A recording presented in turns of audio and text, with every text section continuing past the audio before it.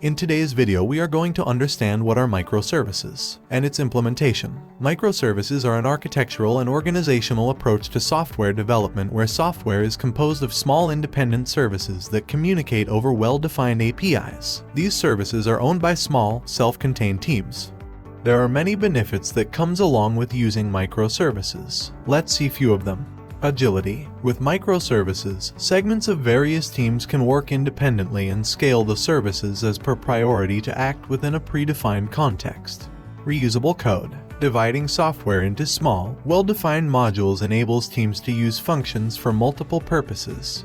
Easy deployment. Microservices enable continuous integration and continuous delivery, making it easy to try out new ideas and to roll back if something doesn't work.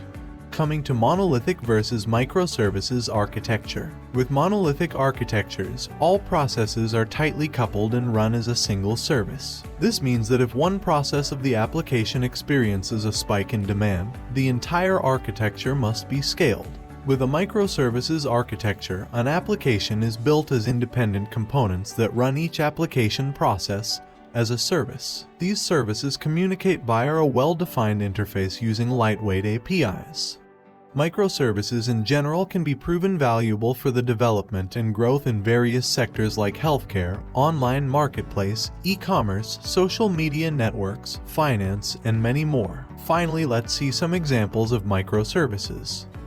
Netflix is surely considered a role model by present-day cloud-based companies for using microservice architecture. Netflix, known for streaming various content of different languages online, started building up its microservice architecture on Oz in 2009. Amazon serves as the world's largest online retail platform. For years, Amazon was in the habit to run on an extensive monolithic application with many flexible yet closely bounded components. And Best Buy commenced revamping its e-commerce platform in 2010 with the mission to break the monolithic, closely bounded application into microservices for the swift rollout of new features and react to market changes in the retail marketplace.